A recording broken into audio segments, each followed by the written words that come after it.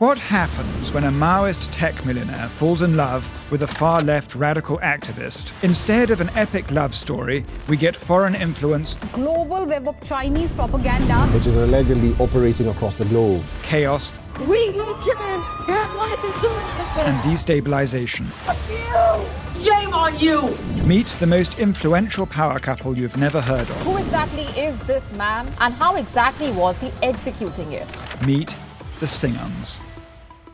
At a star-studded 2017 destination wedding, Neville Singham and Jodie Evans bound themselves in unholy matrimony to the enemies of the West. The bride, director of protest movement Code Pink, has a long history in extremist left-wing public activism. The groom, though a multi-millionaire software mogul, is a radical Maoist who cut his teeth affiliating with various radical Marxist-Leninist groups in Detroit. But why should we care about the eccentricities of a far-left millionaire and his activist wife? Because they are marshalling their considerable resources and networks to do the bidding of some of the most anti-Western forces on Earth and to cause chaos around the world.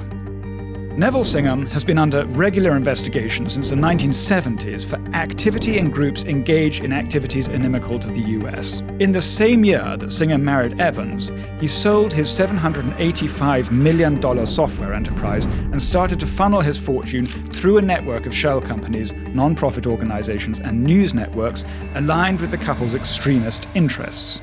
But this so-called social activism intersects with foreign political interference.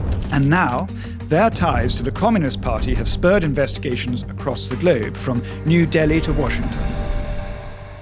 Singham shares his Shanghai office with the Chinese Communist Party's Marku group. Marku embodies the CCP policy of smokeless war, that is, the use of activism to promote Chinese interests abroad. At last, the extent of these efforts is becoming known.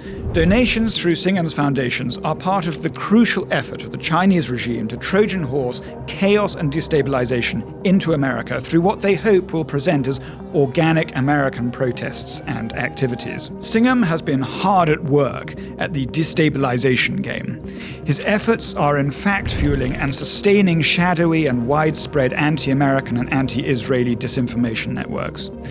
The People's Forum, a foundation patronized by Singham, has been organizing many of the radical pro-Palestinian rallies that have erupted across the West. It has also recently been revealed that Singham's operatives have been working at American universities. Secretary of State Marco Rubio issued a warning. "I have been warned of efforts by Communist China to sow discord in the United States, including Neville Singham's role in it." Meanwhile, Singham's wife, Jodie Evans, is the founder of Code Pink. Fuck you!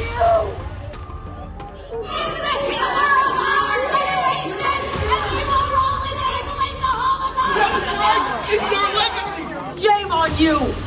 I don't want to live in a country like this. While claiming to be anti-war, Code Pink has not only networked with and advocated for terrorist groups like Hamas, but frequently runs cover for the human rights abuses of the Chinese Communist Party. Pink is it in China.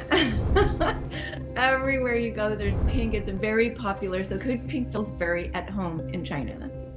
US tech mogul, Neville Roy Singham. of course Neville Roy Singham, who's a global web of Chinese propaganda. In India, a country with a fraught relationship with China in its own right, Singham stands accused of spreading Chinese propaganda by bankrolling news outlets like NewsClick and Breakthrough News, which have run afoul of Indian authorities and charge as purveyors of Chinese and Russian propaganda. Their broader coalition of outlets, called the International People's Media Network, target not only India and the US, but Latin America, the Middle East, and Africa as well, with stories crafted to convey their anti-Western agenda. Investigations into Singham's decades-long use of funds to sow disorder and misinformation are now underway both in India and the USA. We've heard about other influence operations trying to destabilize the West. Qatar's billions poured into American universities, Russian troll farms, Iranian influence operations in pro-Palestinian radical groups.